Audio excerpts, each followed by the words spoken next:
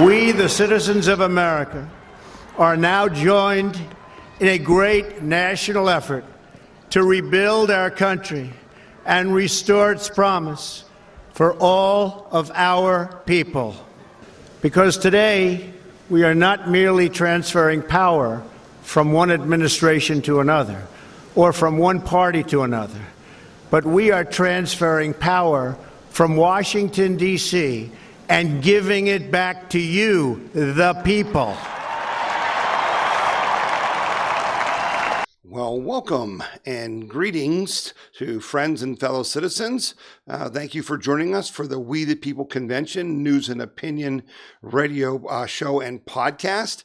My name is Tom Zawistowski, and I am your host for this radio show and podcast, and we thank you for joining us. This program is paid for by the people who donate to the We the People Convention, and we thank them for making it possible for us to have this radio show that is aired on 5 stations on Saturday mornings across the state of Ohio. And they also pay for us to have this podcast streamed on our website at wethepeopleconvention.org, streamed on YouTube, streamed on Roku TV, streamed on Amazon Fire TV, and on iTunes, and just about any way you want to get it. If you want to learn more about how to get this podcast or radio show, just go to wethepeopleconvention.org and click on the little yellow button right on the front page that says Podcast and Radio Network, and it'll give you a list of the stations. It'll tell you how you can listen to them on iHeartRadio or online, or as well as over the radio, and links to everything else. So we post the podcast generally on Fridays at around noon, and then they're up 24/7 all week long, so you can watch them or listen to them however you want on your phone, on your computer, on your iPad, on your laptop, whatever you want to use, and on the radio or your TV. So thanks to all of you who are joining us for this show. We appreciate you doing so. So before we get started on the show and some of the other stories we're going to cover, I just want to quickly address this terrible situation with the murder, I think, is the best way to put it, the killing of this George Floyd person in Minneapolis. Folks, I support the police. We all must support the police. You know why? Because without the police, there is no society, right? I have relatives that are police officers. I know many of you do, and they deal with the worst situations in our society. They deal with the domestic violence, with the drug issues. They deal with the mentally ill. They deal with poverty. They deal with the white-collar criminals. They deal with the perverts. They deal with all the garbage in our society. And we must support our police, and we love our police. But I am just sick and tired of seeing videos of police officers going too far and the other police officers around them not stopping them. It's not worth it. Why are you doing this? And the gentleman, the police officer that has been fired, who had his knee on the neck of George Floyd, now we find that there were 10 other charges against him over his 19-year career of using too much force. You got to have justice. And so I'm just very much upset with this. We've got to stop this nonsense. We've got to stop killing people when they're not a threat. It's not worth it. And you're making it harder for us to recruit people to be policemen, and we need people to be policemen. Now, that being said, it's not right to just, because a black man is murdered, to just destroy your community. You can protest. You must demand justice. You need to push back on the authorities and make sure that justice comes forward.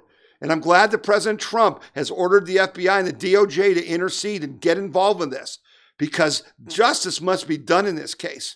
But don't destroy your community, and don't take this as a way to just, let's go rob people, because it just demeans your case. So everyone's wrong on this. And I ask you to support your police, but also demand justice and accountability. And for those of you in law enforcement, I know you feel the same way. This is just destructive to what you're all about. And it's a horrible thing to see. And I hope I never see it again, because I am sick and tired of seeing it now. Let me tell you that much. All right, so let's move on to other things. In this show, we talk about, the news that's important to you, news that affects you, okay? And we are, really concerned with defending our own freedom and our liberty and our prosperity and things that threaten that. And there are things going on right now that are threatening you like maybe nothing ever before in your lifetime. And I'm hoping by the end of this show, you're going to realize that, and you're going to understand that, and you're going to help start fighting back against that and defend your freedom and your liberty and your prosperity. But I want to start now with a very important piece. Those of you who helped fund this radio show, remember a year ago, I had read documents that basically made it clear to me that one of the main tactics that was going to be used against conservatives and Trump in the 2020 election was going to be social media censorship. And that's not my opinion. There was a document that came out, it was called Democracy Matters, and it was a post-election document that was published in spring of 2017 by Media Matters and other lefty groups. And in this document, they basically spelled out what they were going to do. And so when I went around last year saying, listen, we're not going to have the use of social media, and I mean Facebook, Twitter, Instagram, those type of things, like we had in 2016, which is what enabled us to defeat the left and defeat Hillary Clinton and bring Donald Trump victory, particularly here in Ohio. So I went around and said, we need to build this radio network, which you're listening to, and have this podcast because we're going to have trouble communicating. And now all of that is coming true. So in that document that I showed people last year when we were raising the $80,000 we needed to buy the airtime for this radio network for the whole year, there were documents in there that said we will apply the lessons learned. Now this is according to the left. They said, generally speaking and simply put, Democrats got clobbered in the digital space. And the right colonized Facebook, which has established a virtual monopoly on information distribution. That word monopoly is going to come back, okay, and be important here. They also said that they were going to, the lessons that were learned, they were going to use to disarm the right. In the next 4 years, Media Matters will continue its core mission of disarming right-wing misinformation. That's you and me. That's We the People Convention. That's the NRA. That's other conservative groups. And they further said, serial misinformers and right-wing propagandists inhabiting everything from social media to the highest level of government will be exposed and discredited. Internet and social media platforms like Google and Facebook will no longer uncritically and without consequences host and enrich fake news sites and propagandists. Toxic alt-right social media fueled harassment campaigns that silence dissent and poison our national discourse will be punished and halted. Punished and halted. So what does this mean? See, I'm a serial misinformer. Right? The people they said, toxic alt-right media-fueled harassment campaigns that silence dissent. We didn't silence their dissent. We didn't have the power to silence their dissent. We beat them on the facts, just like we're doing with this coronavirus nonsense. We're calling them out. We're proving that masks don't work, that social distancing doesn't work. I'm going to talk about that in the next segment, right? They're calling it misinformation. They just don't want to fight the fight. They want to censor you because they can't win the fight on the facts. So what has happened? Well, I had a story that came up where, this article came out. Google slaps down conservative sites reporting the truth on coronavirus. This was from May 17th. And I picked up this article and I said, geez, that's interesting. Because I hadn't really seen that on our website. He said, Google, the top search engine in the United States, appears to be hitting conservative sites who are publishing articles that run contrary to the accepted narrative surrounding the coronavirus. multiple reports have come into NOQ report concerned with major drops in traffic from the search giant. Okay? And so then this article went on to say that he first, heard about this and started looking into it. And he said 2 days later, an owner of another conservative site said they had been blacklisted by Google. And he said a little less than 2 weeks later, I saw the drops on our site. So let me bring it home to you and what this means to us. If you're watching the podcast, I just put up a chart that shows you the web traffic at the WeThePeopleConvention.org website. On May 1st, 2nd, and 3rd, we were averaging 16,000 page views per day. 16,000 page views per day. By this week, we've been under 1,000 every day, and lately we've been at 800 to 700 page views per day. You know why? Because our Facebook posts, which generate a lot of the traffic. So I'll do a story on the website. I'll email it to you. And if you don't get our emails, go to WeThePeopleConvention.org right on the front page. Put in your email address and we'll start sending your stuff. And this is now more critical than ever. Because what I'm telling you with this story is that the plan that the left announced they were going to use to win the 2020 election is now being implemented. And you're not going to get the story if you don't get the emails because they're stopping you from seeing our Facebook posts, right? And so the post on Facebook that literally a week and a half, 2 weeks ago was getting 2,000 or 3,000 views. Yeah, now they're getting under 100. We're being censored, folks. We're being censored. And this affects you. And I'm going to play a piece now from Tucker Carlson's show about censorship so you understand that this is a threat to our form of government.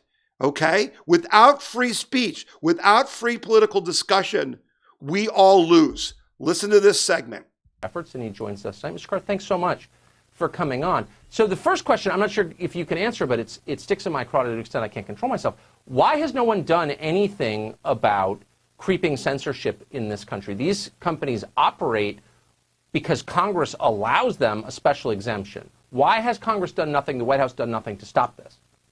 Yeah, just tonight you may have seen there's some reports saying that President Trump is going to sign an executive order tomorrow that's going to address some of these issues. Look, since the 2016 election, the far left has hopped from hoax to hoax to hoax to try to explain the loss at the ballot box. One of them is to go after online platforms for the crime, in their view, of being neutral in the 2016 election. And they're committed to making sure that these online platforms are not neutral again. And as you laid out, we're seeing it at Facebook with this oversight board. We're seeing it at Twitter with them deciding to engage in political speech against the president. And so I think going forward, if these entities want to be political actors, then like you pointed out, like every other political actor, they have First Amendment rights, though they shouldn't necessarily have these special bonus protections that only that set of political actors have in Section 230 that we have talked about. It is so infuriating that the Congress has done nothing to protect the public from censorship that it's hard even to express it out loud. It's really shameful in my view. Do you think, and I just want to ask again very bluntly, can we have a fair election when all information flows through these narrow chokeholds controlled by political partisans? Look, doing nothing at this point is not an option in my view. These companies have told us exactly what they're going to do, which is engage in partisan political activity. You mentioned this Facebook oversight board that has Pam Karlan on there and a number of other political actors that have said that the 2016 election was an unacceptable political outcome. Facebook has now tossed the keys to content moderation to this group of partisan activists ahead of 2020 election. I think it's fair for the American public to step back and say, you know, I don't know that this one group of political actors should get special benefits above and beyond the First Amendment rights that every other political actor enjoys. I think that's right. I think the tech companies are too powerful to have in a democracy. They must be reined in or no more democracy. I think it's really clear now. Brendan, thanks so much for coming on. Great to see you. So that is, I played that spot so you understand that their goal on the left is to not allow you to speak, not allow me to speak, not allow us to have this radio show, not allow our podcast to get viewers and things like that. okay? And they're being successful unless we do something to stop them. And as Tucker Carlson said, it infuriates him that Congress has done nothing about this. The president has done nothing about this. I actually reached out to Congressman Jim Jordan in the summer of 2016 because I was talking to him about what the Clinton campaign was doing and how Facebook and Twitter and Google were manipulating search data to help Clinton defeat Trump in 16. The problem was they didn't do enough of it because they were so overconfident and made pledges, I just showed you in this document that came out in 2017, that they knew they were overconfident and they weren't going to make that mistake again. In this Section 230 that they're talking about, this is a critical thing because in Section 230, it says civil liability. No provider or user of an interactive computer service shall be held liable on account of any action voluntarily taken in good faith to restrict access to or availability of materials that the provider or users consider to be obscene, lewd, lascivious, filthy, excessively violent, harassing, or otherwise objectionable, whether or not such material is constitutionally protected. The Congress, your Congress, maybe not yours, Democrats in the Obama years gave them an exemption that said your First Amendment rights don't count.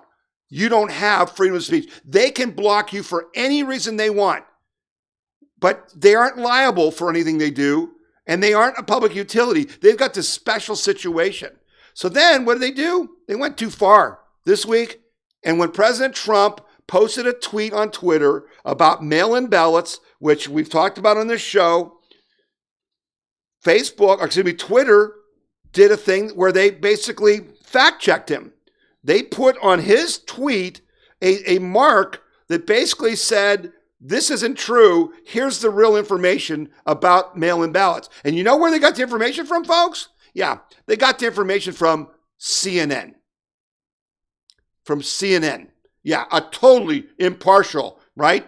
Totally impartial person to go get that information from. That's why this is so dangerous. And so it was very exciting on Thursday that President Trump did what he said he was going to do. He signed an executive order finally doing something to stop social media censorship. And basically, one section of the order would require the National Telecommunications and Information Administration, a small agency within the Department of Commerce, to file a petition asking the Federal Communications Commission to review Section 230. And they call that Tech's Prize Liability Shield. The lobbyists for Google called Section 230 the most valuable thing that they own, that Google owns. This is almost $1 trillion company, Google. Section 230 made them that company. And so when you hear people like AFP and FreedomWorks and Judge Napolitano telling you that President Trump can't limit companies' free speech, bullcrap. This has been wrong from the beginning, and it's because the left is controlling this important communications tool, and we got to stop him. President Trump is doing something with that. The section heavily implies that online platforms should be considered publishers of content under certain circumstances, therefore could be held directly responsible for the content they host, a nightmare for any social media platform, fearing a slew of lawsuits over every moderation decision. So when they're blocking PragerU's videos, right? They blocked the video about the 10 commandments because it had the word thou shalt not kill in the 10 commandments. Yeah, PragerU could sue them and win. That's what the president's talking about. Another section would forward complaints of anti-conservative bias filed with the White House over to the Federal Trade Commission, where they could be reviewed as examples of unfair and deceptive business practices. See, and this is what they've done. They go to Congress and they say, oh, we're totally unbiased. We're even Stevens, right? And they testify under oath. And then they do things like they did with President Trump's tweet. Then we see the Project Veritas videos, and we donate. The We the People Convention supports Project Veritas of Google whistleblowers saying, oh yeah, we're there blacklisting conservatives all the time. Thank you, President Trump, for doing something. We've got to stop the censorship, or we're not going to have a republic. We're not going to have elections, folks. We're not going to have fair elections. That's what affects you. That's why we're fighting for this. And that's why if you go to wethepeopleconvention.org, you'll see all kinds of stuff. Just go back in the articles, back 10 or 12 pages, and you'll see all the stuff about how this is all pre-planned and how we got to win this fight. But now, all of you, you have to take this action. You have to go to the wethepeopleconvention.org website every day.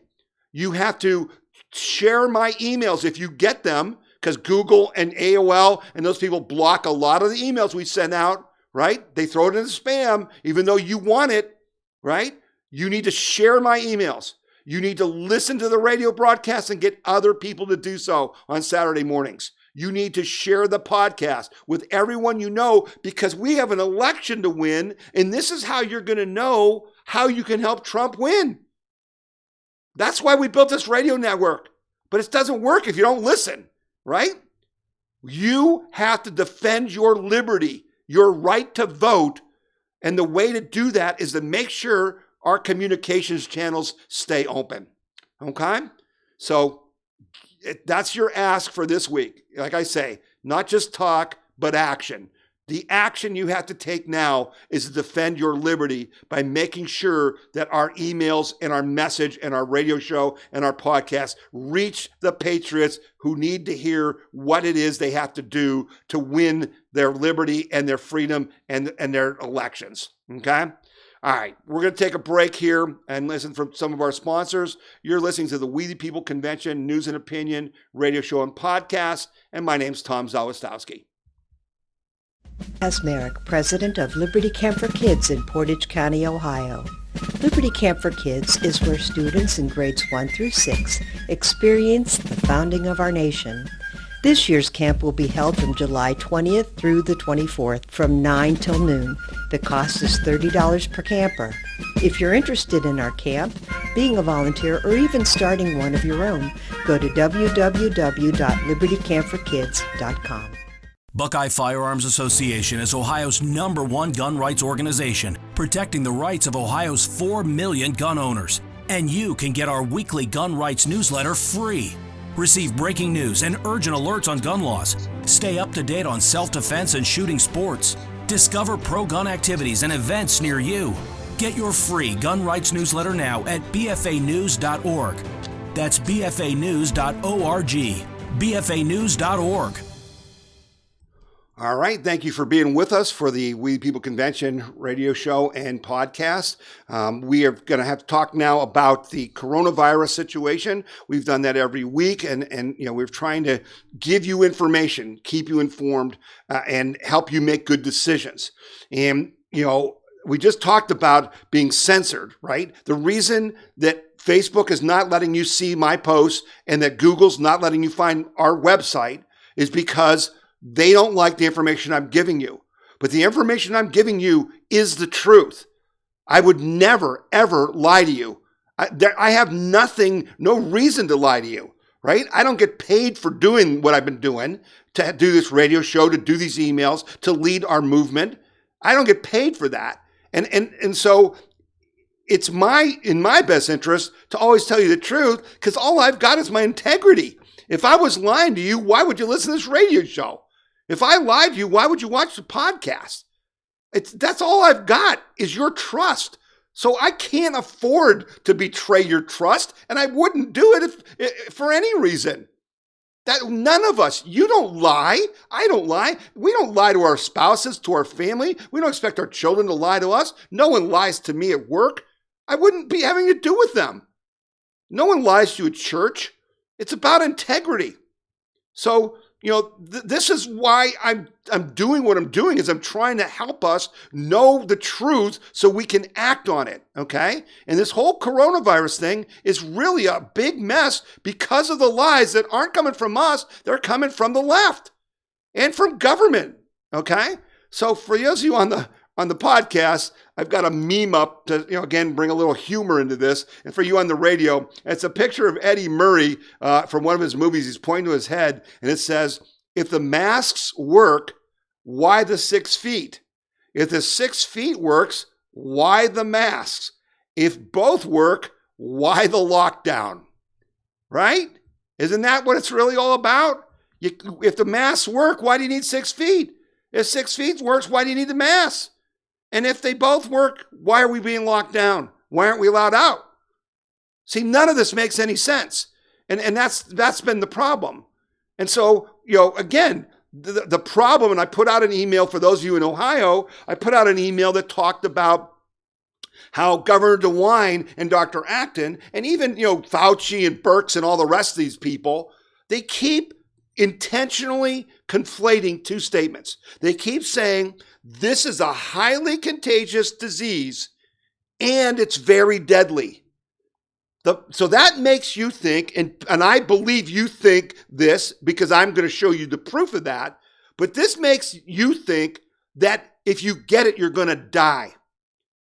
That is an outright, bold-faced lie, and they're doing it to scare you, and you've got to stop it, and you've got to tell other people. So at the We the People Convention, .org, I posted an article this week.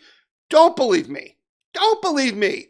Believe the CDC, who I don't believe about damn near anything. But if you want the official numbers, they came out this week and said coronavirus fatality rate could be as low as 0.26%, a number that is double the seasonal flu, but significantly lower than earlier estimates. In February, modelers at Imperial College London, who did those horrific fake models, estimated that around 1% of infections of COVID-19 would ultimately result in deaths. That number, which is about 10 times higher than the seasonal flu, shocked the world. However, those estimates have persisted in recent months. In early March, Fauci said the disease was 10 times more lethal than the seasonal flu. Folks, the number that they're giving you, 0.26%, means that 99.74% of you, if you got this disease, will not die from it. That's just the facts. And you got to let people understand that so they can change their behavior. The CDC also came out with this thing that said, oh, you remember we told you that you got to wash down all these surfaces? You got to wash down everything. So we got these poor restaurants and everybody just washing down the whole building, right? We got people washing down the gas pump handles. Oh, never mind. CDC says coronavirus does not spread easily on surfaces. Okay, now they walked that back and they said this because the left beat them up on that, right? Oh, how dare they say the truth, right? So what happened? The CDC backed up and said, well, it's possible that you could get it from, touching surfaces, but the way most people get it is from close personal contact. And so guess what? The 6 feet nonsense isn't right either, because they're now understanding that you would have to be sitting there talking to someone who is spewing the virus in liquids from their mouth when they talk, okay? And you would have to taking this in, but not just for a second, not like at the grocery store. And I also saw an article this week that said you can't get it at the grocery store. It's not about anything you touch. Won't do it. Walking down the aisles, one-way aisles, all nonsense, folks. It's all a scam. But the bottom line is, the way you get it is you have to be in a room with someone for a long time and talking to them, and then you'll probably get it, okay? That's why the New York study said, 66% of the people that were hospitalized for coronavirus in New York stayed home from work, did everything that Cuomo said, and they got sick. Get outside, don't wear a mask, do your thing, go to restaurants and stuff, and you're not going to have as good a chance of getting sick as if you stay home. That's just the bottom line, okay? So now they got a problem with vaccine development, okay? Now, again, in Ohio, Governor DeWine keeps talking like, if you get this disease, it's so horrific, right? He's worried about cases increasing. But if you don't get sick, what's the problem, Governor? It's just stupid. He's stupid. All these other governors are stupid. So now his whole thing is, we got to hang out till there's a vaccine. You got to hold on till there's a vaccine. Yeah, here's the problem with that. They're saying New cases of COVID-19 are declining. They worry that the data will not meet the hurdles to prove effectiveness. Vaccine development is threatened as COVID-19 infections decline. This thing is dying off in the summer, okay? It took the regular course of a normal flu. It lasts about 2 weeks. All the stats show in March the things went up, and in April they came down. And guess what, folks? It's just like every other flu. So now they may not even have enough cases to study, okay? They don't have enough cases to study. So now they're asking you to wear masks. And as you're seeing on TV, this is becoming a political issue, right? If you're a mask wearer, well, you believe you should do what the government says, and you're saving lives, and you're social messaging that you're a good person. But if you don't wear a mask, you don't care, and you're just selfish and all that. And as I said on WKRC and Cincinnati's radio show on Memorial Day morning, anyone who tells you that you may kill someone because you're not wearing a mask or you're not social distancing is trying to manipulate you. Don't let them. If you're worried about getting this virus, and if you're dumb enough to think you're going to die from it when you're not over age 70 and you don't have 3 other issues like diabetes, for instance, if you think you're still going to get sick, stay home. It's not our job. It's not America's job to protect you. It's about personal responsibility. It is your job to protect you from getting sick and dying. That's the reality. That's the way it's always been. That's what individualism is about. And what you're doing is you're buying into statism and you're risking everything. And I'm going to prove that to you. So here's a clip from Laura Ingram's show that talks about how masks are now symbols of your obedience. Now, Dr. Fauci's views on masks, they've changed quite a bit over the last few months. Let's watch. There's no reason to be walking around with a mask. Wearing a mask might make people feel a little bit better, but it's not providing the perfect protection that people think that it is. What people don't fully appreciate is that putting a mask on yourself is more to prevent you from infecting someone else. I wear it for the reason that I believe it is effective. I want to protect myself and protect others, and also because I want to make it be a symbol for people to see. Couple of things there. Started off, it doesn't really have an effect. Ends up today saying it protects him, which, again, a couple of weeks ago wasn't protecting the individual wearing it, was for others.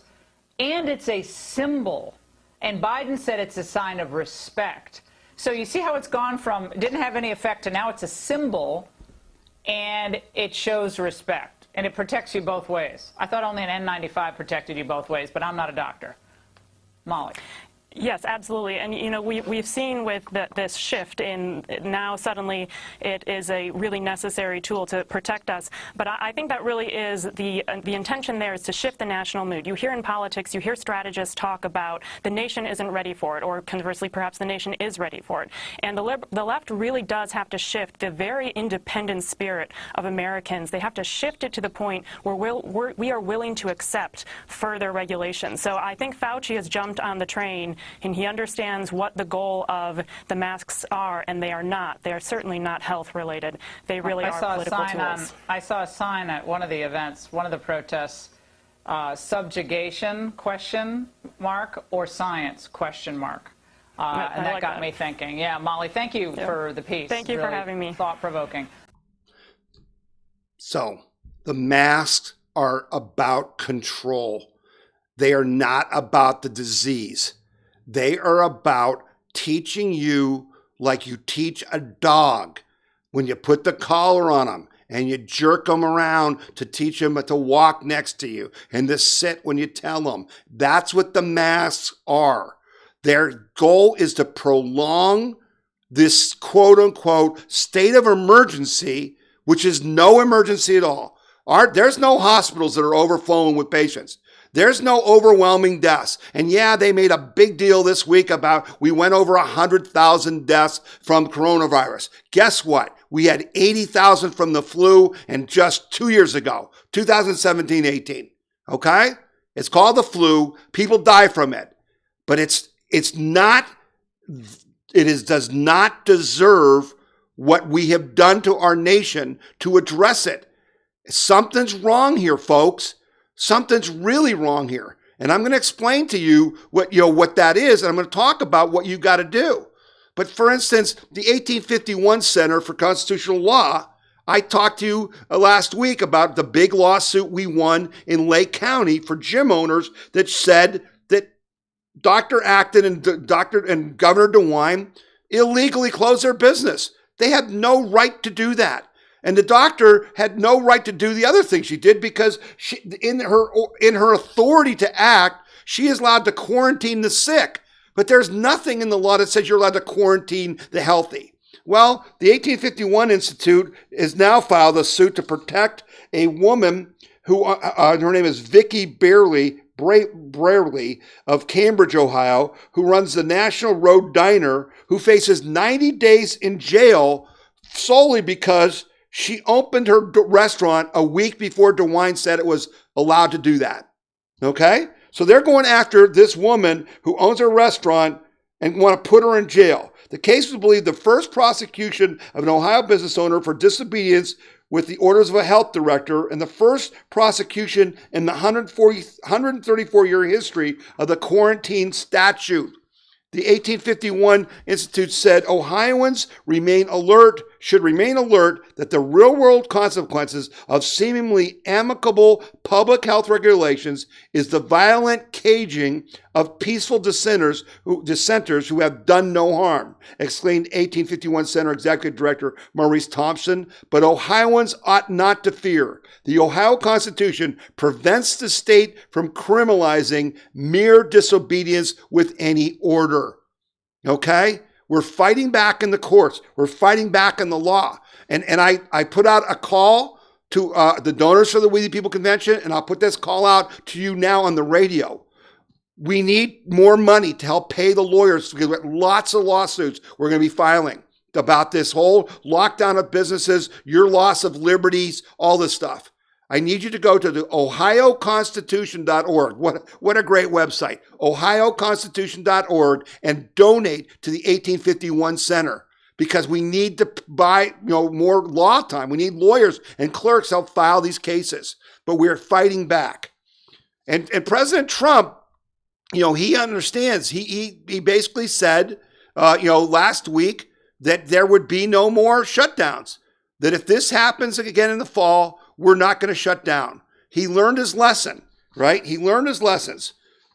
But now, you and I have a problem.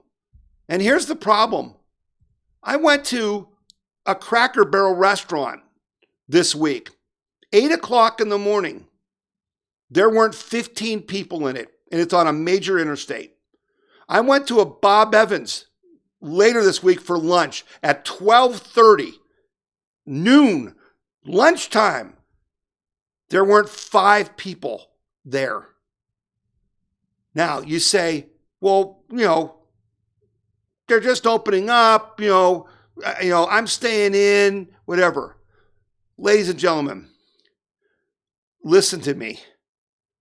The left's goal is to destroy the businesses so there is no place for the employees to go to work, so that you will have to go on government assistance so that they can control your life, and that you will vote for quote unquote Democrats who are really communists because you're going to be dependent upon them for your check.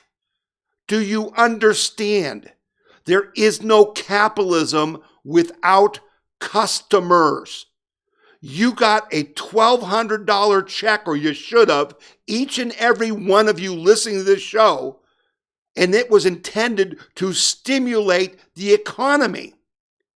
If you don't get out of the house and start filling these restaurants, and start spending that money, these businesses are going to be gone. And I said Bob Evans and Cracker Barrel. Those are big chains, folks. They've got resources. What about the mom and pops in your place?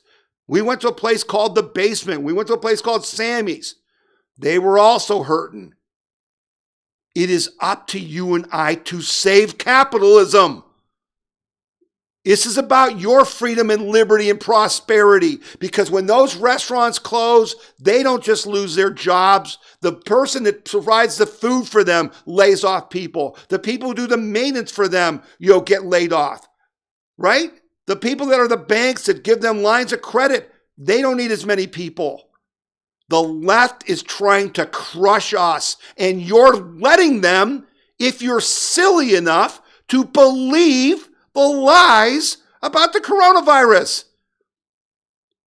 Now, I don't want to insult our listeners, and I don't want to be too aggressive, but I am telling you, I am worried that you and I and we are committing economic suicide.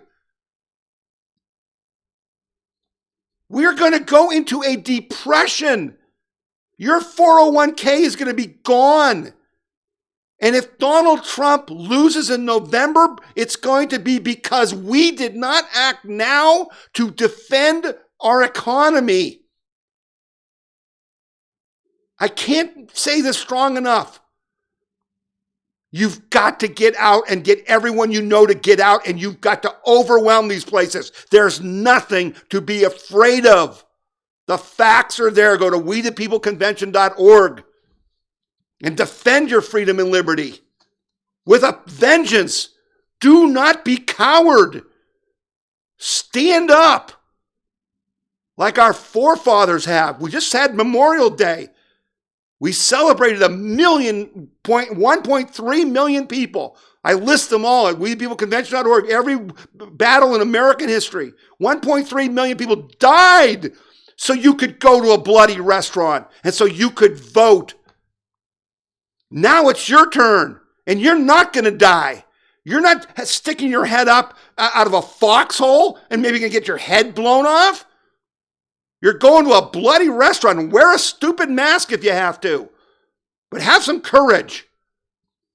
Your nation is depending on it. Your children and grandchildren's futures depend on you acting now. I think I better wrap up the radio show. We're going to continue the podcast. We've got some big stories to talk about. So if you're on the radio, go to wethepeopleconvention.org, pick up the podcast. You can look at what the other stories are, skip past the radio part. If you're on the podcast, we're going to pick you up after the break. But I want to thank everyone who listened to the radio show. Thank you for listening. Please share it. You can get it again by going wethepeopleconvention.org. Anyone you know that didn't hear it, they need to hear what I just said to you. You need to tell them. You need to show them. Okay? You've been listening to the We the People Convention News and Opinion radio show and podcast, and I'm Tom Zawistowski, and I'm very glad that you joined us, and I'm very glad that you're willing to hear things that you maybe don't feel comfortable hearing because they may be true. That's a credit to you that you believe in free speech, and I thank you for listening to this show, and we'll be back again next week, God willing, if you can find us and if we don't get censored and we don't get shut down. Thanks again for listening. The We the People Convention News and Opinion radio program is paid for by donors like you. You can donate to the We the People Convention and support our cause by going to wethepeopleconvention.org or by sending your check in any amount to We the People Convention, P.O. Box 6211, Akron, Ohio 44312. The Buckeye Institute was founded in 1989, and we're the longest serving free market think tank in the state of Ohio.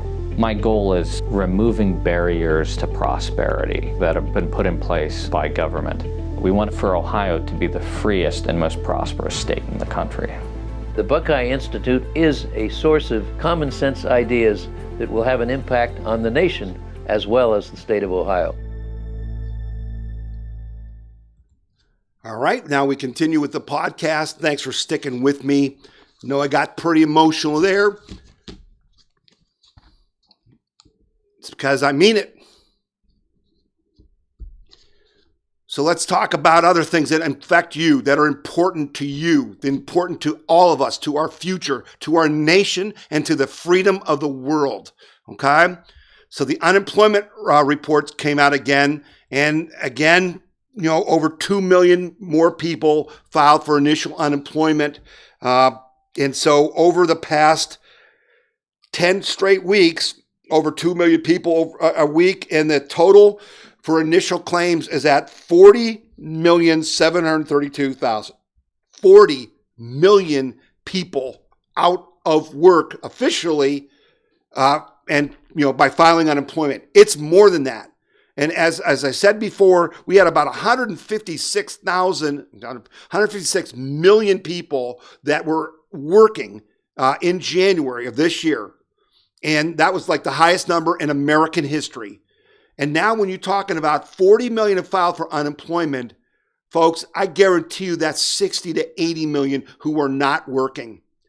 And this is devastating to us. And that's why you've got to go out to restaurants and to get your car fixed and to get your lawn done and to hire the tree cutter. I don't care. Hire anybody. Spend some money. Get the economy going. Okay? Now, there is some good news in this. The good news is that for the first time since, this all started, the continued claims, okay? So 40 million have filed for unemployment. But for the first time now, we went down from 25 million last week to 21 million that have been on unemployment for a while. So that means that some people, like 4 million or 8 million people, went back to work. So that's what opening the states do. But again, you can see it's too slow. These governors are slow walking this, and it's killing us because you can't run a restaurant with 15 people eating lunch. We got to get out there. We got to get back to work, and we got to get back to work faster. I saw Boeing is laying off like 6,000 more people. Other big companies are laying off more people. This is the time when we're going to either salvage this year's economy and the future, or we're going to lose it. And we've got to drive these numbers down. Next week, we've got to see a decrease in unemployment. We're at 2 million. Let's get it down to 500,000, and let's drop that in continuing number into the teens of millions, okay? Let's see if we can do that. Now, Trump is trying to do everything he can. I put out a story this week that he signed a business bill of rights, which didn't get any news anywhere. And again, that's why you listen to this show, because there's things that are happening that are important. And so in the middle of all this, with all that's going on with China and coronavirus and Facebook and Twitter censorship and all this, the president had the ability to focus his administration and do this thing that's called the Business Bill of Rights. The executive order is called Fairness in Administrative Enforcement and Education. Okay, but basically what it does is it cuts regulation and it makes government agencies treat your business more fairly. See, this is the dirty secret, and those of you who've been listening to this show every week will remember my story about Bill Murray in the podcast, who did this book about how we've lost our Constitution and how we lost it. And one of the big ways we've lost the Constitution is that the legislative branch, the Congress, both at the state and at the federal level, have given their powers to make laws to bureaucratic agencies. And these agencies are ruling over you and making rules that are in fact laws, and then they have their own courts to try you in. And so what Trump did in this Business Bill of Rights, I thought was really interesting. The Regulatory Bill of Rights contained in the executive order says, government should bear the burden of proving an alleged violation of law. The subject of enforcement should not bear the burden of proving compliance. See, in the past, the EPA would say, you got to prove that you comply with this law, instead of, we got to prove that you didn't comply. Well, and then they would put you on trial in their administrative court and say, oh, you didn't prove it. Administrative enforcement should be prompt and fair. They just drag it out. They put businesses through holy hell for years over something that isn't even a violation. Administrative adjudicators should be independent of the enforcement staff. There's an interesting piece. So now the enforcement staff from OSHA or someone like that, they can't be the ones that also try you. The enforcement staff can say, hey, I think you're in violation here, but then the people that hear your case can't have anything to do with the people that claim, that you violated the rule. These are big things. Go to wethepeopleconvention.org. Look for this the story under articles that says Trump signs executive order to create Bill of Rights for businesses. Their rules of evidence and procedure should be public, clear, and effective. Lots of time it's not public. Penalties should be proportionate, transparent, and imposed in adherence to consistent standards and only be as authorized by law. They've been pulling these penalties just out of thin air or some body part and charging people because of political reasons. Barack Obama, as I talked last week or the week before when I talked about the book, The Intimidation Game, weaponized every department in the federal government. And the way they weaponized it was by doing these penalties and charging you with violations, and then you're having no due process in that. Trump is taking that apart. That's why he's a great president. You got to pay attention to these things because this affects you. This could affect the business you've got staying in business. It could affect you keeping your job. It could affect your son or daughters keeping their job, their business, all that stuff. That's why it's important. Another story that came out I thought was really good, I put out. This had to do with the Department of Justice basically finding this election judge in Philadelphia who pleaded guilty to stuffing ballot boxes in elections. This story was beautiful because it basically talked about how this election judge, he was only adding like 25 or 40 votes in various elections, particularly in the primaries. But he was getting paid by candidates. They were giving him between $400 or $500 and $5,000 to basically stuff the ballot box. And you say, well, 40 votes, 70 votes, what does that make a difference? The reality was in his precinct, it made all the difference. It made the difference in who won or lost. And it was great to see the DOJ going after these people because this is how the left has been stealing elections for decades. And the fact that the DOJ under AG Barr is on this right now, 5 months before this election, man, that's a good thing. That's a good sign. And I'm very excited that they did that. So hats off to the DOJ for stopping these people from stuffing ballot boxes because that's what they're going to do. I said to you before, I don't think anyone the Democrats have can beat Donald Trump. The only way they win is if they cheat. And they cheat by silencing this radio show and our websites and conservative voices. And they cheat by stuffing ballot boxes and doing this mail-in ballot nonsense, right? Which is what Trump was tweeting about when Facebook fact checked him with not facts. Okay, so this is the fight. This is the fight that's coming down in November, and everything's in play. Everything's in play. All right, we're going to take another break here, and then we'll come back for our final segment. You're listening to the We the People Convention News and Opinion Radio Show, and I'm Tom Zawistowski. This is Jordan Seculo with the American Center for Law and Justice. At the ACLJ, we are committed to fighting the deep state and protecting freedom, the right to life, religious liberty, and fighting for the Constitution. The ACLJ has experienced tremendous success in litigating cases at all levels of the judiciary, from the federal district court level to the Supreme Court of the United States. We have offices in Washington, D.C., Jerusalem, and all around the world. You can find out more about the ACLJ and join us by visiting aclj.org. Did you know that the Right to Life Action Coalition of Ohio is the largest statewide life group in the state? Are you tired of the compromised approach to pro-life legislation that has been the status quo for far too long? Since 2017, the efforts of the Right to Life Action Coalition of Ohio has changed that approach, closing loopholes and making pro-life laws enforceable. Visit rtlaohio.org or call 440-668-4049 for details. The Right to Life Action Coalition of Ohio. All right, and we're back for our final segment, and we've got some good stories to close with, important stories. This is a very important story. On Thursday, Nancy Pelosi was forced by Trump to pull this FISA reauthorization bill, and I'm so excited about that because they were going to basically reauthorize the FISA courts and the FBI and the rules that the DOJ have to play by to just continue to do what they've been doing, which is, unmasking and spying on American citizens, what the court doesn't allow them to do. The bill that they were trying to push through did not address any of the things that the FISA court themselves said were abuses. And so Trump said, I'm going to veto this. All the Republicans said, we're not going to, support this.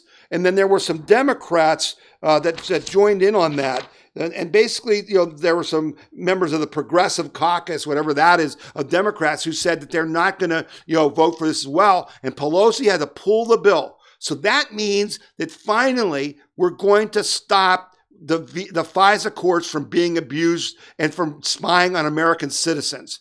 And that's good news. So they're back to the drawing board, and I think we're going to get better law, and we're going to finally get some protection. And I'm hearing that Jim Jordan, those guys, want to put into this new FISA bill criminal penalties for people who misuse the FISA courts. See, because this is a problem, folks.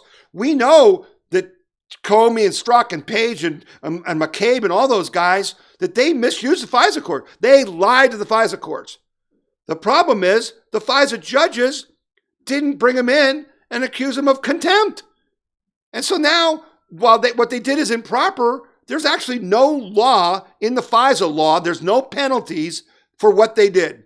They're going to fix that. There's going to be penalties. That's a good thing because penalties change behavior, and that's what we need to do, change behavior. Next big story. Folks, we keep talking about it, and I know with everything that's going on, it's hard to focus on it. But ladies and gentlemen, we are at war with Communist China.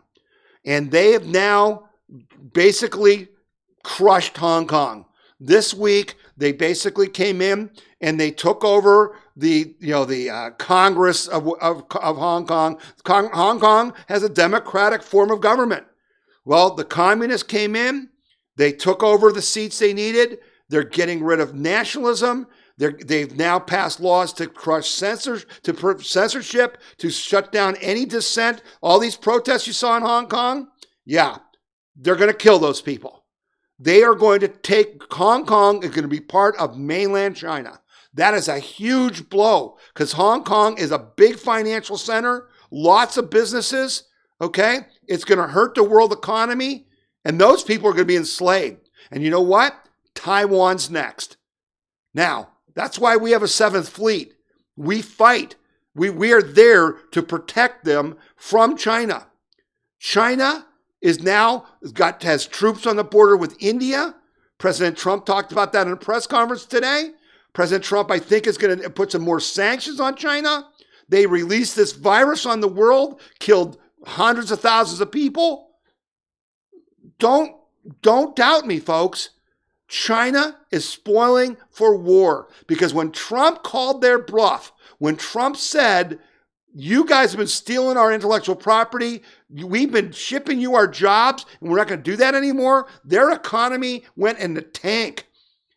And now they figured they might as well just, throw it all in, go for it, and try to defeat us because they want to dominate the world. And we better get ready. And what they saw from this coronavirus isn't helping us. If I was China and I saw how Americans reacted to this coronavirus, I would know that if I released some other virus that was way more deadly, that they could defeat us easily. Actions speak louder than words, folks.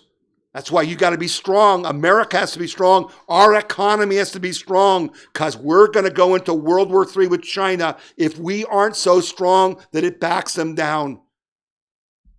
Hundreds of millions of people will die if we have war with China.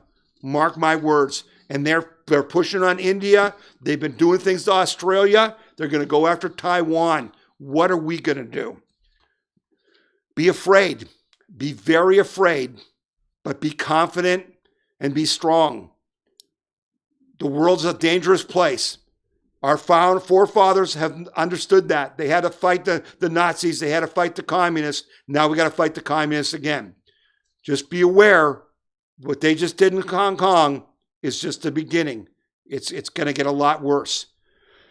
All right, so as not to end on a total downer, and I know I've been emotional in the show, and I've been yelling and all that stuff, but there's some good news, a story I'm really excited about. I've been waiting for this for a long time, and I'm really glad it's here. Connecticut high school sports transgender policy was found to violate Title IX. Federal funds could be withheld from local school districts. Connecticut's policy allowing transgender girls, which is a lie, there is no such thing as transgender girls, to compete as girls in high school sports violates the civil rights of athletes who have always identified as female. They didn't identify as female. They are frickin' females. They've got Y chromosomes. They didn't identify as anything. They are females. The U.S. Department of Education has determined a decision that could force the state to change course to keep federal funding and influence others to do the same. Thank you, Betsy DeVos. This madness must end. Those of you who know me know that I've had a long background in athletics, mostly in women's athletics. I fought for Title IX.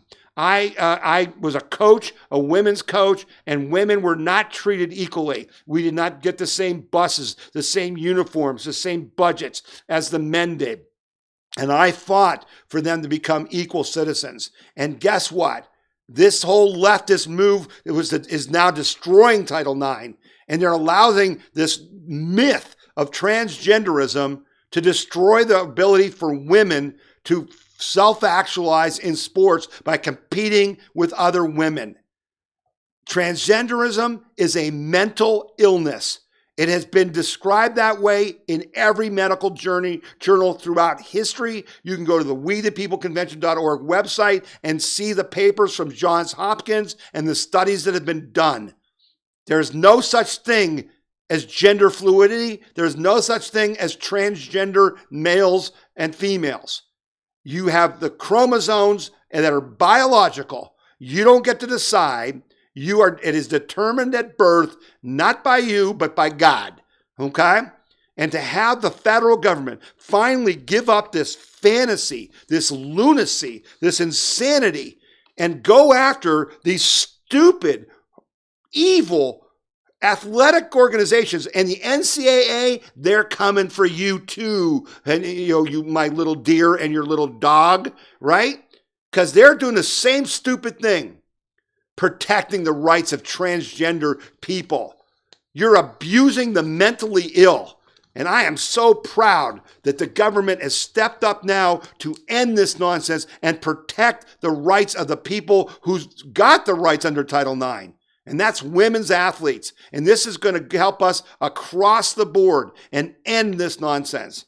And I couldn't have been happier when this story came out. So thank you for that. And now it'll go to the courts and all that. Guess what? There is real science. It's called X and Y chromosomes. It's not up for debate. You can't defeat it unless you're stupid, right? So let's take it to the courts. I'd love to. We're going to kick your butts, okay? We'll kick your butts. So with that good news, I'm going to wrap up the show. I'm sure glad you watch and listen. As I said earlier in the show, they're censoring us. The number of people that watch the show is down. Last week, our number of viewers was half of what it was because I couldn't promote it. It's up to you. It's up to you to get other people to watch. It's up to you to share this. Send them the link. Go to YouTube and send them a link. Go to our website. There's a share button right on our website at WeThePeopleConvention.org. Share the podcast. You're going to have to do it because they're going to hurt us. They're going to shut me up. They don't want me saying what I said to you. And send us your comments. And a lot of the stories, again, in this show today came from you, the listeners and viewers. Send your comments to info@wethepeopleconvention.org. I read every one of them. And I couldn't do this show without you. It's your show. You paid for it. And I thank all of you who donate. And I thank all of you who send me those nice notes.